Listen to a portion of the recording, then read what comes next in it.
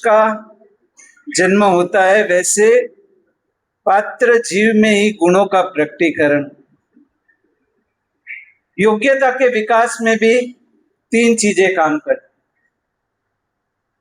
पहले नंबर पर भाव के अनुरूप पात्रता प्रकट, दूसरे नंबर पर कुल के अनुरूप पात्रता प्रकट होती है, और तीसरे नंबर पर आत्मा की खुद की पात्रता के अनुरूप उसमें गुणों का प्रकटीकरण। जिस भाव में आत्मा का जन्म होता है, उस भाव के अनुरूप उसके अंदर पात्रता को, विवेक को सहज प्रकट हो ही जाता। पूरे जीवन भर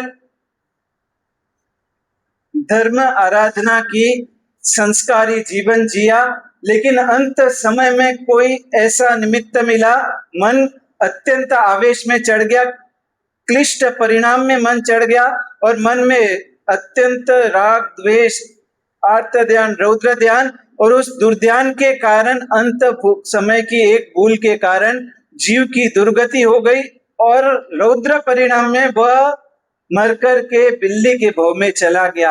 अब उस भाव में जन्म के साथ कौन सा विवेक पैदा होगा, कौन से संस्कार प्रकट होंगे, समझ रहे हो? भाव से जुड़े हुए भी विवेक का प्रकटीकरण। प्रभुतर के भाव में उसके पास जन्म से ऐसा विवेक है कि भूखा रह जाएगा लेकिन सड़ा हुआ अनाज, जीव युक्त अनाज नहीं खाएगा। और कौवे के भाव में जन्म से उसके पास ऐसा विवेक है, विवेक कहना क्या वो सोचने की बात है, लेकिन उसके सामने खीर का पात्र रखो और दूसरी बाजू मरा हुआ चूहा रखो, कौवा किसमें चोंच डालेगा? इस भाव में अपने जीवन में इतने शौचवादी जीवन जिया, एक गंदगी या एक कीचड़ का छांटा भी अपने ऊपर उड़ जाए और हमारा मुंह बिगड़ जाता है, अंदर से घृणा और जुगुप्सा पैदा होती है। लेकिन कोई ऐसी भूल कर दी और हमारा जन्म सुअर की योनि में हो गया। अब उस सुअर के सामने आप अत्तर का कुंड रखो, दूध से भरा हुआ कुंड रखो, और दूसरी बाजू कीचड़ और विष्ठा से भरा कुंड रखो, वो सुअर किसमें जाएगा? कीचड़ में ही जाए। यानी जिस भाव में जन्म होता है उसके अनुरूप उसकी मति, उसका विवेक उसके अनुरूप जन्म से सहज हो जाता है। विवेक की और योग्यता के प्रकटीकरण में सबसे पहला फैक्टर है भाव।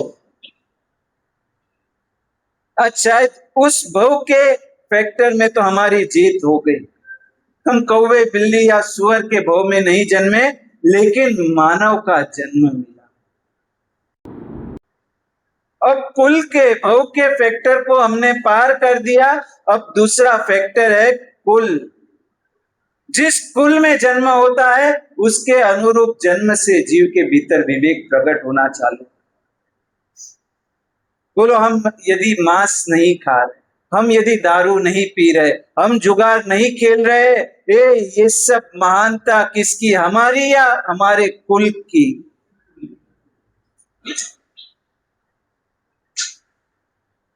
उत्तम कुल में जन्म के साथ ही कितनी ही हीन कक्षा के पापों से हमारी आत्मा बच जाती।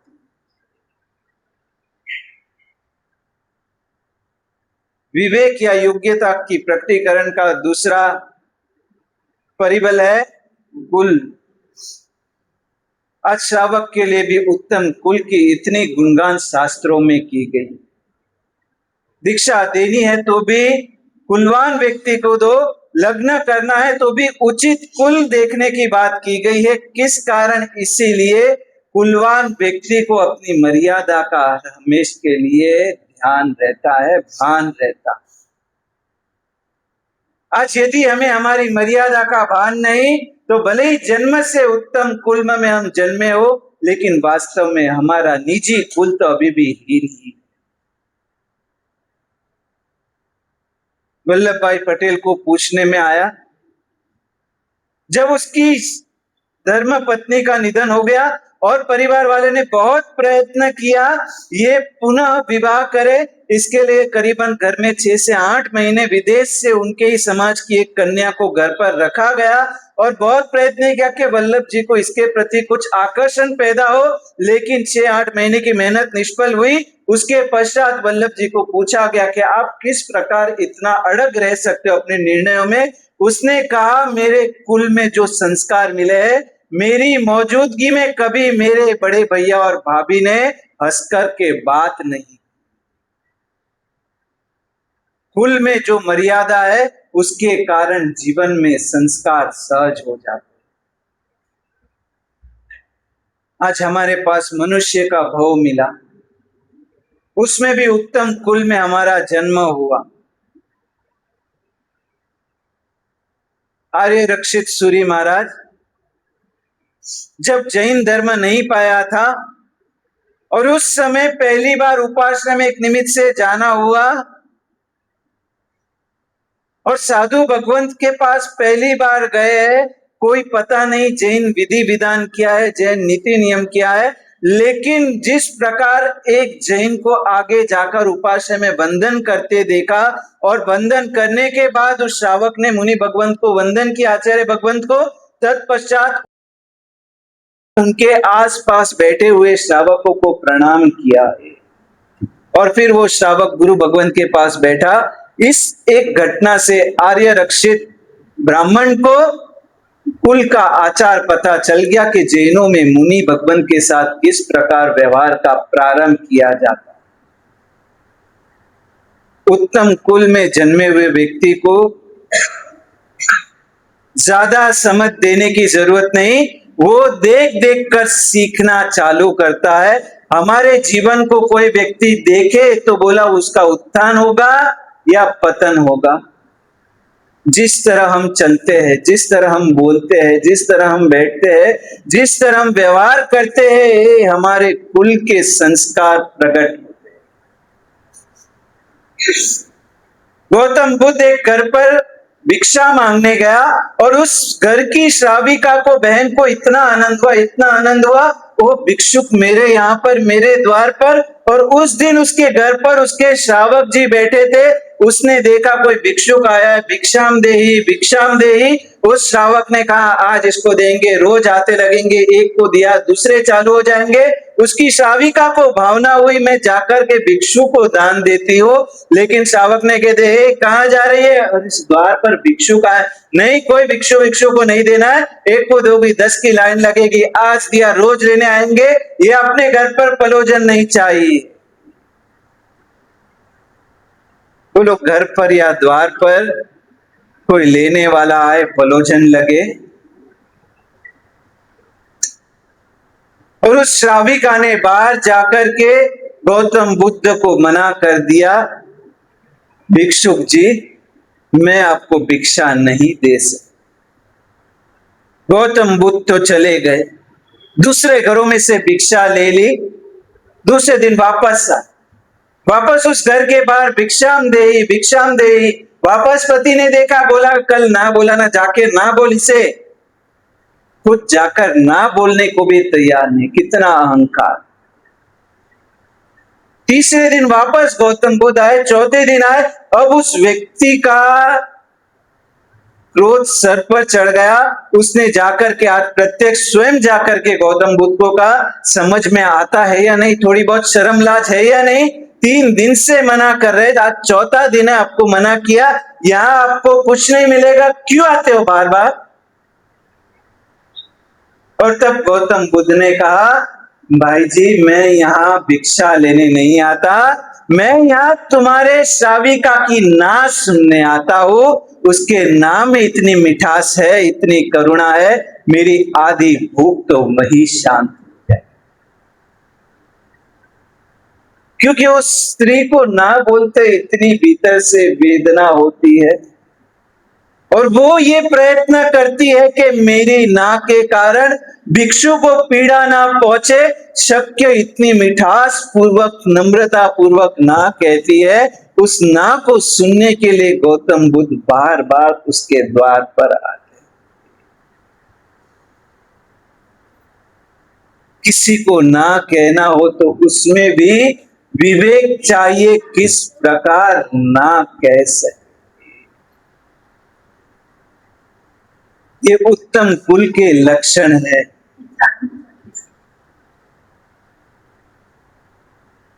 पात्रता, योग्यता, विनय, विवेक के प्रकटीकरण का दूसरा परिबल देखा हमने। कुल पहला परिबल, विवेक के प्रकटीकरण का पहला परिबल क्या था? भव।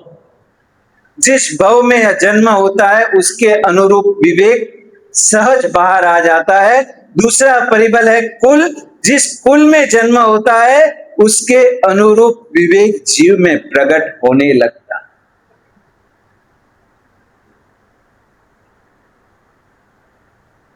तीसरा परिबल विवेक के लिए बताया, आत्मा की स्वयं योग्यता। अनंत भवों से हमारी आत्मा पसार हो करके अनेक योनियों से पसार होती है। हर एक भव में से, हर एक योनि में से हमारी आत्मा उस भव के योनि के जीव को, शरीर को तो छोड़ देती है, लेकिन वहां से कुछ ना कुछ साथ में ले जाती। और वो संस्कार और वो विवेक हमारे भीतर सहजता से प्रकट होता है। जब भी निमित्त मिले वो विवेक प्रकट होते देर नहीं लगती। बोलो, हमारे आत्मा की क्वालिटी कौन सी?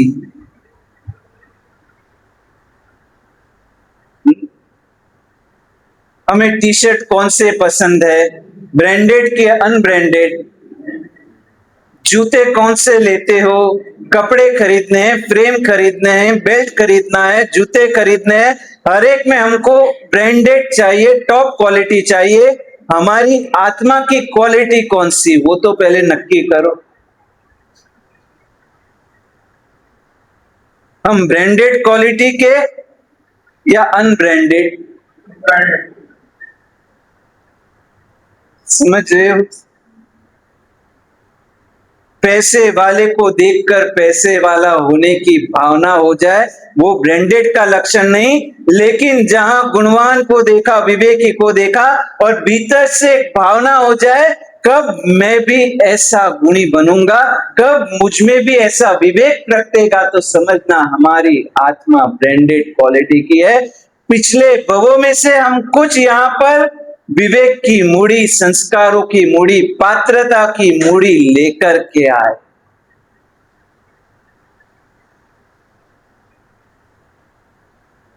यहां बैठा हुआ व्यक्ति, कोई भी सदस्य, शायद अपने परिवार से, अपने बिजनेस के निमित्त से, वही व्यक्ति यदि सिंगापुर, शंघाई या लंदन या ब्रिटेन चला जाए और वहां पर वो एक आइसक्रीम खाए, चॉकलेट खाएगा, वो उसके रैपर को क्या करेगा?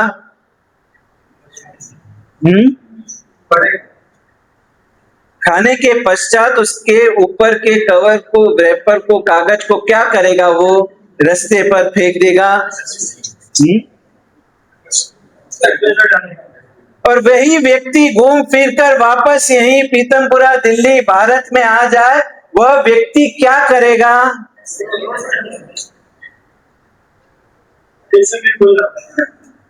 समझ रहे हो?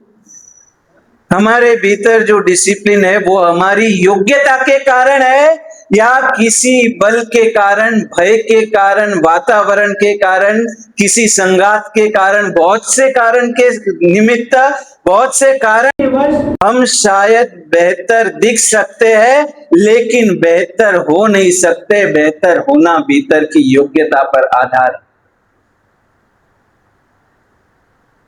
इंसान की सही पहचान एकांत में होती है, ऐसा किसी लेखक ने कहा है, क्योंकि एकांत के समय में उसके भीतर की असलियत बाहर आती। पता है, शांघाई गए, हांगकांग गए, बैंकॉक गए, वहां पर किसी के देखे बिना भी रास्ते पर एक चीज फेंक दी, आपके मोबाइल पर आपका चलन आ जाएगा, आपको 5-25 हजार का। बहुत से दुकानों में बोर्ड लगाया होता है, you are under CCTV surveillance. आप सीसीटीवी कैमरा के नीचे निगरानी में हो। अब हमें सोचना है, हमारे ऊपर विवेक का सीसीटीवी 24 घंटा चालू है। बोलो, हमें पहचानना है हम विवेकी या अविवेकी, तो उसके पहचान का मापदंड क्या?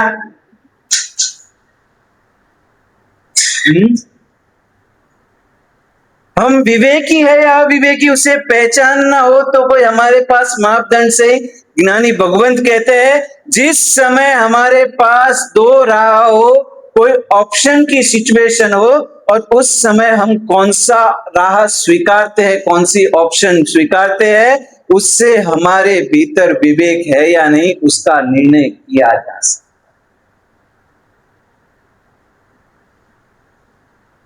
भरत महाराजा को एक साथ में दो समाचार मिले। भरत को पता चल गया मैं चक्रवर्ती बनने वाला हूं, और मंत्री ने कहा राजन ऐसे चक्रवर्ती नहीं बनते, आपकी आयुधशाला में चक्र रत्न उत्पन्न होगा। और भरत की आतुरता बढ़ रही है, चक्र रत्न आया, चक्र रत्न आया, चक्र रत्न आया। कभी ना कभी अवारनवार अपने मंत्रियों से, सेनापतियों से पूछताछ करते रहता है, उसकी अधीराई आतुरता बढ़ रही है। और इस बीच एकाएक एक दिन आकर के आयुधशाला का जो नियुक्त था, सिपाही था, उसने समाचार दिए, बधाई हो राजन, बधाई, आपके आयुधशाला में चक्र रत्न उत्पन्न हुआ है।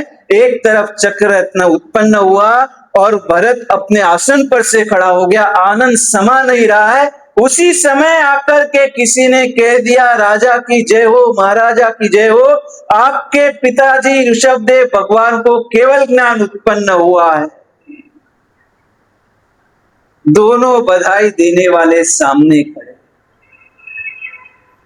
2 सेकंड के लिए भरत के मन में दुविधा हो गई, भरत कंफ्यूज हो गया। बोलो, उस कंफ्यूजन में भरत महाराजा हमारी सलाह ले तो हम क्या सलाह दे?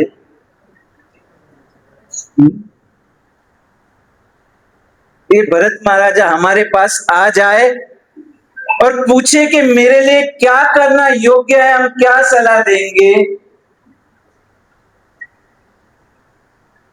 सोच रहे हो या बोलना नहीं चाहते? एक बाजू संघ का अगत्य का काम आ पड़ा है, और उसी समय पर स्वजन संबंधी का फोन आया। अब उस समय आप दुविधा में हो, किसे प्रधानता देनी? लालजी भाई, कस्तूर जी भाई, आनंद जी, कल्याण जी पीढ़ी के सैनिक भाई के पिताजी, उनका वंश परंपरागत ये सेवा दे रहा है पीढ़ी को। और लालजी भाई भोजन करने बैठे, कलकत्ता से कुछ लोग मिलने आए और उनकी मां गंगा मां को कहा कि इतना अगत्य का केस चल रहा है, अपने तीर्थ का केस चल रहा है, और आपके संतान को हमने विनती की, वही केस संभाल रहे हैं, लेकिन उनको अभी फिलहाल उनकी नई फैक्ट्री का कोई बहुत ही अहम मामला आया और उनको वहां पर जाना है। उन्होंने कहा है कि केस में इस बार की जो तारीख है उसमें मैं नहीं आ सकूंगा, दूसरों को भेज दो। बस इतना कहकर के वो लोग तो चले गए। और जब लालजी भाई, कस्तूरजी भाई जो भी नियुक्त थे उस समय, वो घर पर आए, खाना खाने बैठे, उसकी माँ ने खाने में रोटी रखी, सब्जी रखी, मिठाई रखी और साथ में एक पत्थर रख दिया। लालजी भाई कहते, माँ ये क्या? और उसकी मां कहती है, कोर्ट की तारीख महत्व की कि फैक्ट्री की प्रगति महत्व? विवेक विवेक है या नहीं तेरे में? और सेठ ने अपनी भूल स्वीकार। मां तीर्थ रक्षा पहले नंबर पर, फैक्ट्री तो चलती रहेगी। जिस समय कहीं दो राह हो, उस समय हम कौन सी राह स्वीकारते हैं, उससे निर्णय होता है हमारे भीतर विवेक कितना। बोलो, भरत महाराजा हमारे पास आ जाए तो सलाह क्या दे? देखो, सलाह लेने में भी विवेक चाहिए और सलाह देने में भी। नाग केतु को उसकी सौतेली मां इतना हैरान कर रही थी। पूर्व भव में उसकी मां मर चुकी थी, एक युवान वय का एक नादान बालक और वो युवान वय का एकदम अभी अभी युवान में प्रवेश किया हुआ बालक, उसकी माँ ने उसको इतनी पीड़ा देनी चालू की। नहीं माँ, ये सौतेली माँ ये हैरान कर रही है, खाना नहीं दे रही, काम दुगना करा रही है, सोने के लिए व्यवस्थित स्थान नहीं, पहनने के लिए योग्य कपड़े नहीं। और वो अपनी माँ के इतने जुल्म से इतना परेशान हो चुका है। उस समय उसने अपने बचपन के एक मित्र को याद किया, उसके पास गया और उससे कहा, मित्र, इस पीड़ा से छूटने का कोई तरीका बता। कंटाल गया हूं जिंदगी से, कितना दुख मां देती है। और उस समय उसके मित्र ने क्या सलाह दी? मित्र सन मित्र था, कल्याण मित्र था। उस मित्र ने इतना ही कहा, दोस्त, तेरी माँ का कोई कसूर नहीं है, सौतेली माँ है इसलिए तुझे पीड़ा नहीं आ रही है, तूने पूर्व भव में कोई ऐसा कर्म किया है इसलिए तुझे दुख आ। और उस युवान ने, नवयुवान ने मन में सोच लिया, मित्र से पूछा, भी ये दुख से छूटना कैसे? मैं इतना सहन नहीं कर सकता, कंटाल गया हो। और मित्र ने सलाह दी, एक काम कर, अभी पर्युषण निकट में आ रहे हैं, पर्युषण में तो अट्ठम तप कर ले। शास्त्र में कहा है कि तप से अपने पूर्व भव के निकाचित गाढ़ कर्म भी एक बार टूट जाते हैं। तेरे पाप कर्म तो तू पकड़, तू तेरी माँ की तरफ मत देख, माँ तो एक निमित्त है, मूल तो तेरे कर्म है। कर्म को तोड़ना है, पर्युषण में एक अट्ठम कर्म। एक तरफ नाग केतु का मित्र, उसने उसको सलाह दी, नाग केतु ने सलाह मानी, परिणाम क्या आया वह सब जानते हैं। मृत्यु हो गई, दूसरे भव में जन्म के साथ अट्ठम किया और उसी भव में उसको केवल ज्ञान और मोक्ष की प्राप्ति। एक सही सलाह ने जीवन बना दिया। और दूसरी तरफ मम्मन सेठ ने पूर्व भव में संग में केसर सिंह केसरिया लाडू की प्रभावना, वो लड्डू मोतीचूर के ऐसे थे, उसके अंदर केसर, बादाम, इलायची और इतना मसाला और ऐसे तैयार किया, उसका नाम था सिंह केसरिया लड्डू। और मम्मन सेठ का पूर्व भव, घर पर लड्डू भरे हुए, घर के सभी सदस्यों के प्रभावना के लड्डू आए थे और वो लड्डू से भरा हुआ डब्बा घर पर मुनि भगवंत आए। आज इसको इतना आनंद, इतना आनंद, पधारो साहब, पधारो पधारो। और डब्बा खोला, सिंह केसरिया लाडू पड़े थे और मुनि भगवंत ने कहा, नहीं भाग्यशाली, एक आध ले लो। इतना कब? नहीं नहीं नहीं भगवंत, ऐसा मौका कब मिलता है? उत्तम द्रव्य, उत्तम पात्र और मेरे भीतर इतने अच्छे भाव, भगवंत मुझे आज लाभ का ना मत कहो। मुनि भगवंत ने कहा, सब नहीं लेते, दोष लगता है। नहीं नहीं भगवंत, आज कुछ नहीं सुनना है, पूरा डब्बा, 3-4 लड्डू जितने थे सभी बहरा दिए। और भीतर से इतना आनंद, इतना खुशी, आज क्या लाभ मिला, आज जो आनंद आ रहा है, आज जो खुशी हो रही है। बस मुनि भगवंत तो गए। दोपहर के समय कुछ देर बाद पड़ोसी आया, पड़ोसी ने पूछा, क्या बात है, तूने सिंह केसरिया लड्डू खाए के नहीं, प्रभावना के लेकर आए के नहीं? हाँ, हम सब गए थे पूजा पूजन में, परिवार वाले सभी की प्रभावना आई थी। भाई तूने चखा या नहीं लड्डू? नहीं नहीं नहीं, आज तो मैंने चखता। अपना शरीर तो मल और विष्ठा की फैक्ट्री है, चाहे जैसी अच्छी चीज डालो, गंदगी निकल के, गंदगी बन के बाहर निकलती है। अपने शरीर को क्या खिलाना पिलाना।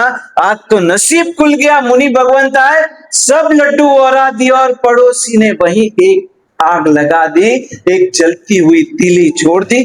क्या भूल कर दी, सब ओरा दी।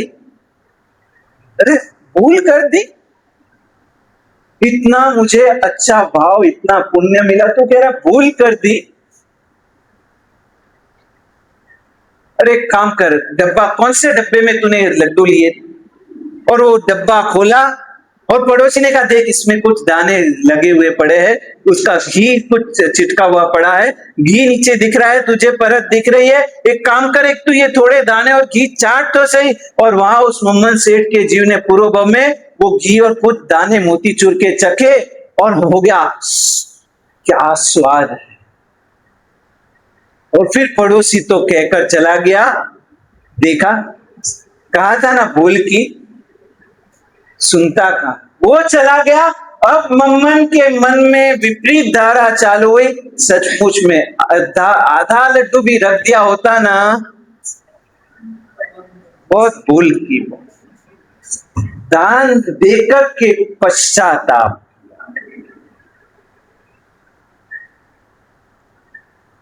क्या फल मिला?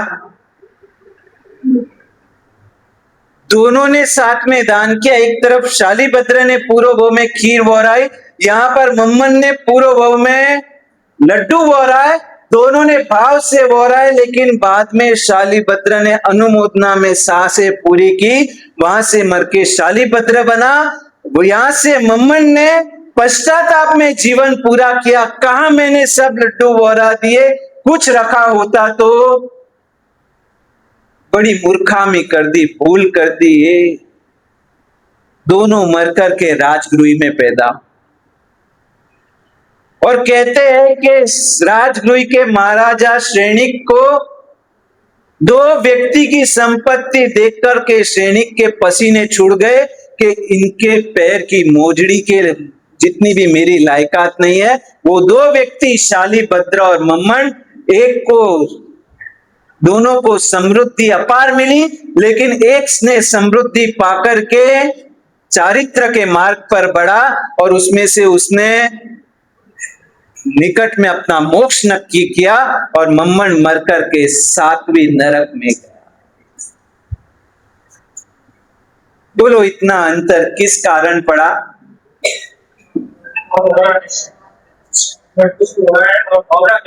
भावना गलत किस कारण से पैदा हुई?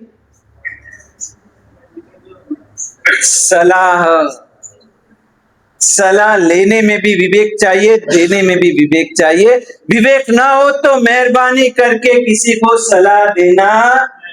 कोई आए तुम्हारे पास सलाह लेने, सासू ऐसी स्वभाव वाली, अरे बिजनेस में ये हो गया, आप कहना भाग्यशाली, मेरे पास इतना अनुभव ज्ञान नहीं, मेरे पास इतनी लायकात नहीं कि मैं सही सलाह दे सकूं।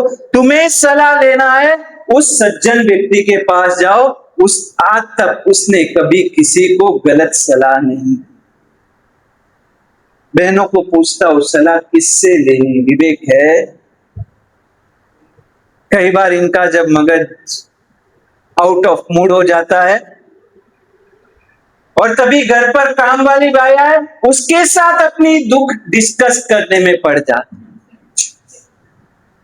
बोल अनीता, तू तो देख रही है ना मैं दिन रात कितनी सेवा करती हूँ, मेरे जैसी बहू मिलेगी क्या? अरे नहीं भाभी जी, वो वापस कहेगी काम वाले, अरे नहीं भाभी जी, तुम तो लाखों में एक हो, मैं तो इतने घरों में काम करती हूँ, मैंने तो कितने बहू की बहू वो देखा कैसे सामने बोल देती है, काम भी पूरा नहीं करती है। आप तो यहाँ अपनी सीता जैसी आप तो बहू हो, और फिर भी आपकी सास देखो, सास वो तो डायन है, डायन है। तो सलाह अपनी काम वाली बाई से लेनी नहीं ना।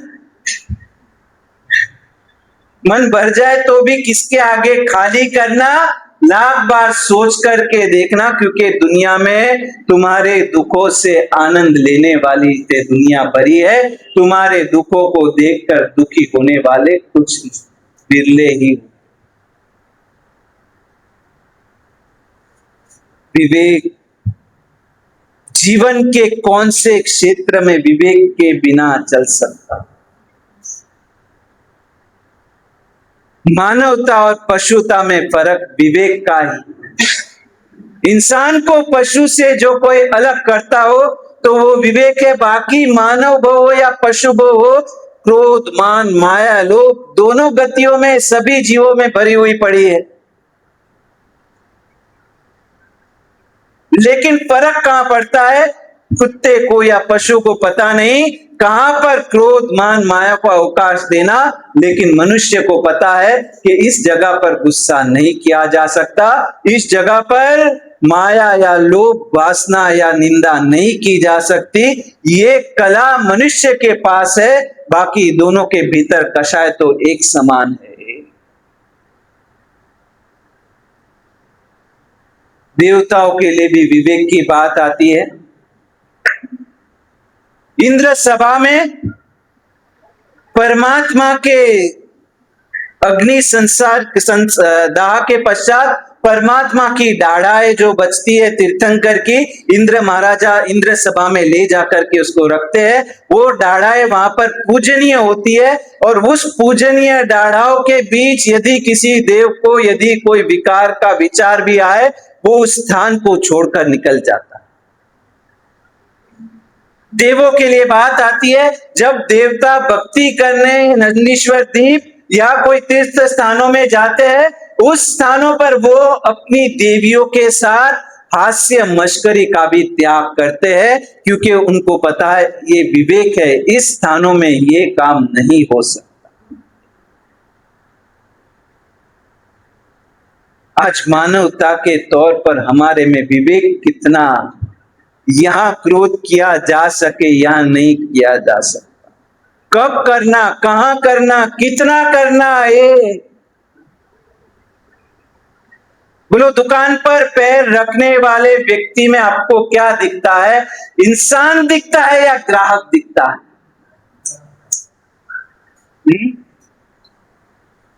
आपकी दुकान पर जो भी व्यक्ति कदम रखता है, उसके भीतर आपको इंसान दिखता है या नहीं दिखता? मात्र एक ग्राहक दिखता है।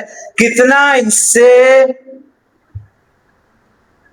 विवेक होगा तो विचार आएगा, मैं या मेरा परिवार का कोई भी सदस्य कुछ ना कुछ लेने कहीं ना कहीं तो जाएगा, तब मेरी अपेक्षा क्या होती है? मेरे साथ कैसा व्यवहार किया जाए, एक इंसान की तरह या एक ग्राहक की तरह?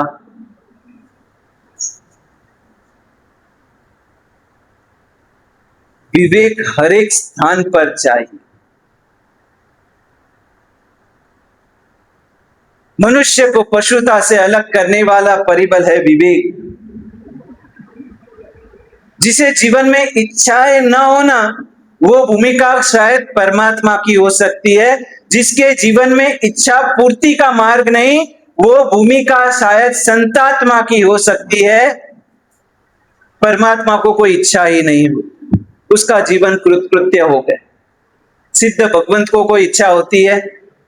मोक्ष में चले गए, उन्हें कोई इच्छा नहीं। साधुओं को इच्छा होती है, लेकिन साधु संत जो भी है, वो इच्छा पूरी करके सुख का मार्ग कभी नहीं अपनाएंगे। वो समझ के द्वारा इच्छाओं से मुक्त होने का मार्ग अपनाएंगे। परमात्मा के पास इच्छा नहीं, संत के पास इच्छा पूर्ति की राह नहीं, और सज्जन के पास इच्छा पूर्ति के बिना वो रह नहीं सकता, लेकिन विवेक से इच्छा पूर्ति के मार्ग पर आगे बढ़े। वो ये नहीं सोचेगा मन में जो इच्छा हुई बस इच्छाओं को पूरी करते जाओ, पूरी करते जाओ।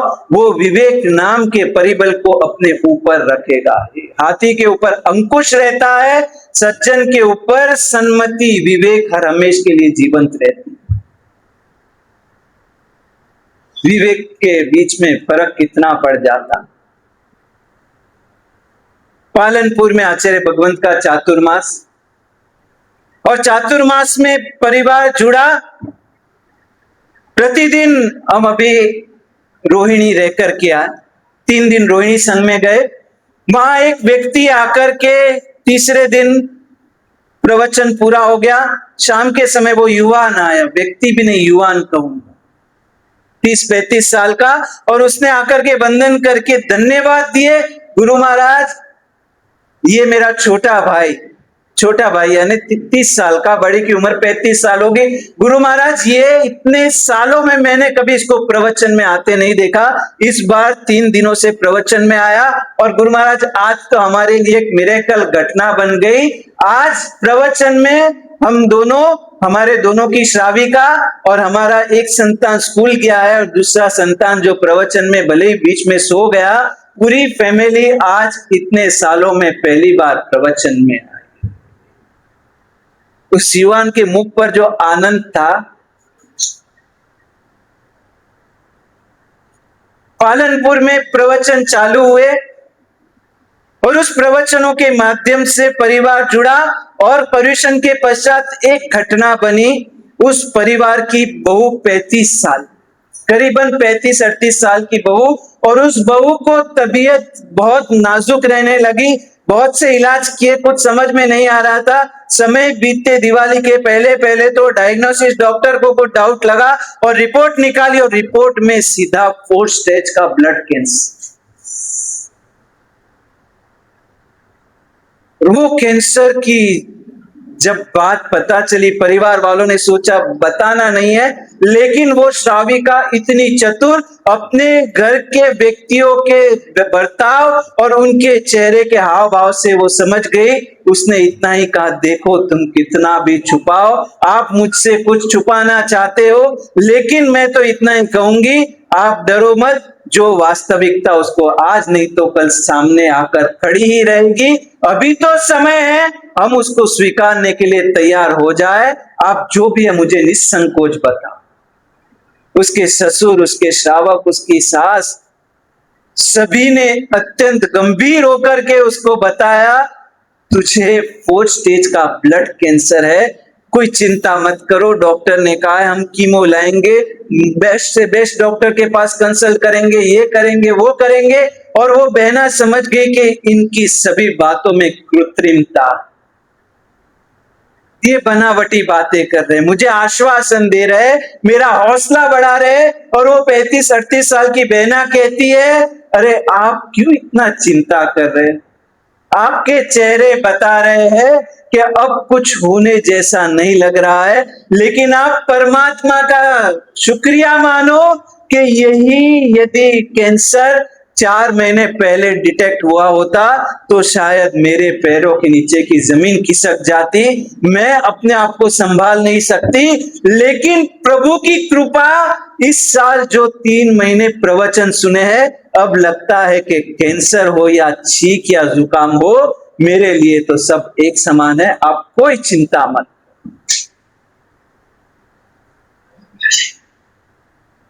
वो बहना वात्सक्षेप लेने आई, आचार्य भगवंत से वात्सक्षेप लिया। परिवार वाले ने आकर के पहले पूर्व भूमिका रच दी थी, भगवंत ऐसी परिस्थिति, डॉक्टर कह रहे कि क्या होगा, किस समय क्या बनेगा, कोई इसका आपके पास अंदाज नहीं है, बस इनको आप खुश रखो और इनकी जितनी सेवा कर सको। परिवार में जो डॉक्टर थे, जो सगे संबंधी थे, निकटवर्ती, उनसे पूछा हम कीमो करा, इसको भर्ती करे, क्या करे। और उस समय उस परिवार के डॉक्टरों ने सलाह दी, आप जो भी इलाज करोगे शायद 2 महीना जिंदगी बढ़ सकती है, शायद बढ़ जाएगी, लेकिन 2 महीना नरक की वेदना में जीना पड़ेगा, इतनी पीड़ा होगी। आप इसको हंसते हंसते जीना जिलाना चाहते हो या मरते मरते रुलाना चाहते हो, रोते रोते मराना चाहते हो। परिवार के निकट के एमडी स्पेशलिस्ट डॉक्टरों ने कहा, हंसते हंसते जीने दो, रोते रोते मरेगी तो इसकी क्या गति होगी।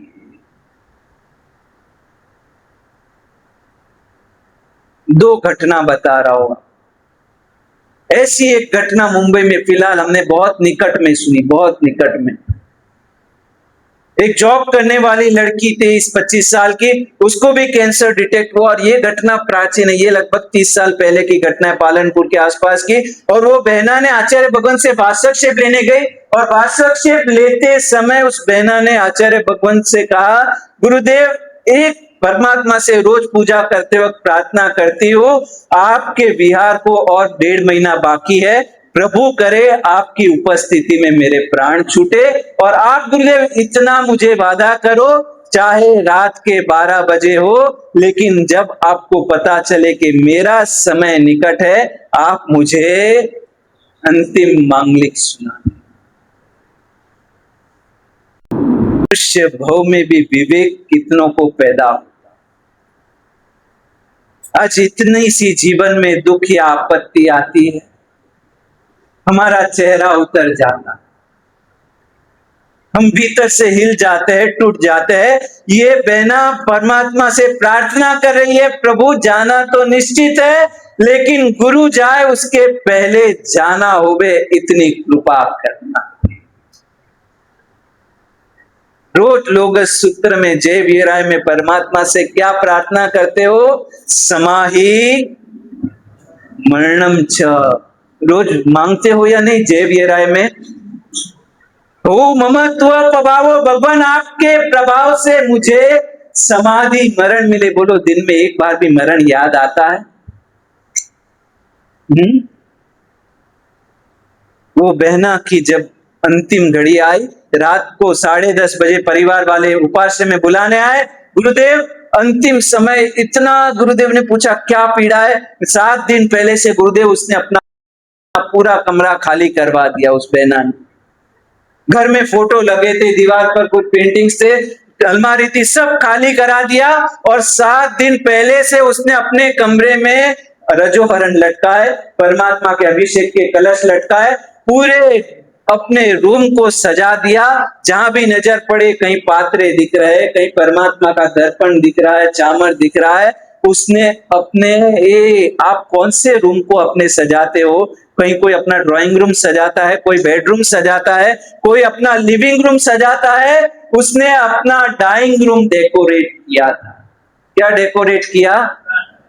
मुझे इस रूम में से प्रभु में जाना है, मेरी अंतिम गति कैसी हो। चारों तरफ ऐसे ही तारक तत्वों के फोटो, बस चामर, कलश, मुनि भगवान, कहीं साध्वी जी, कहीं संकेश्वर दादा, जहां देखो लटक रहे ऐसी ऐसी तरह अपने परिवार वालों से।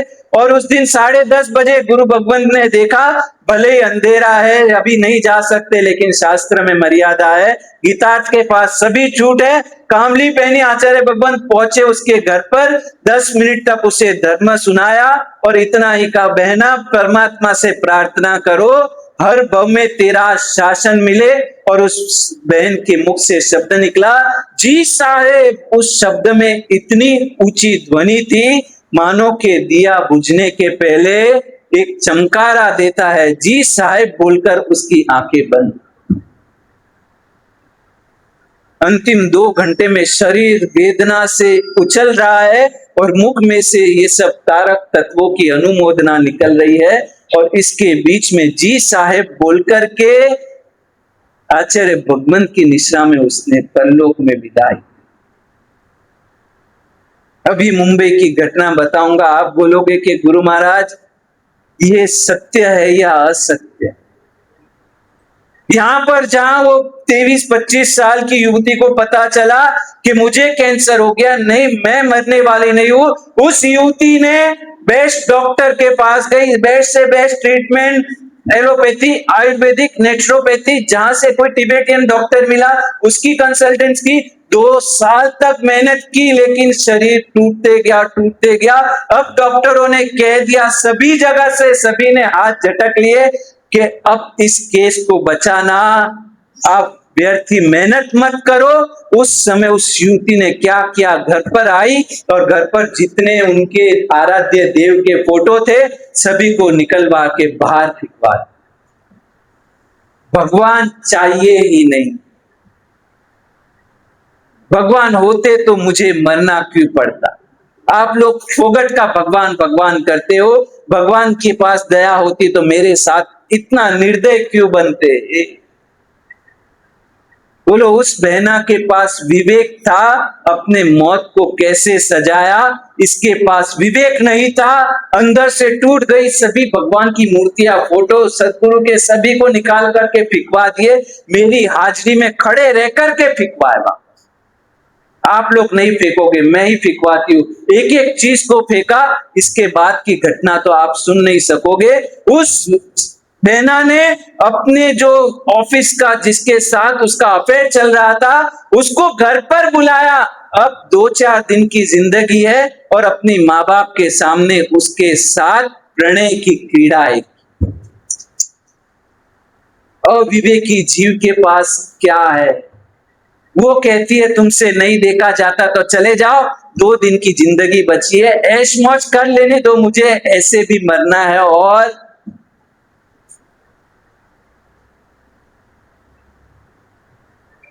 विवेक और अविवेक में कितना अंतर पड़ जाता। ये प्रयत्न किसके लिए? जिनवाणी का श्रवण किसके लिए?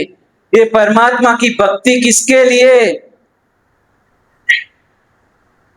विवेक पैदा कर। बस हमारे जीवन में भी जो भी परमात्मा की भक्ति, सद्गुरु की सेवा है, उससे हमारे भीतर भी विवेक पैदा हो।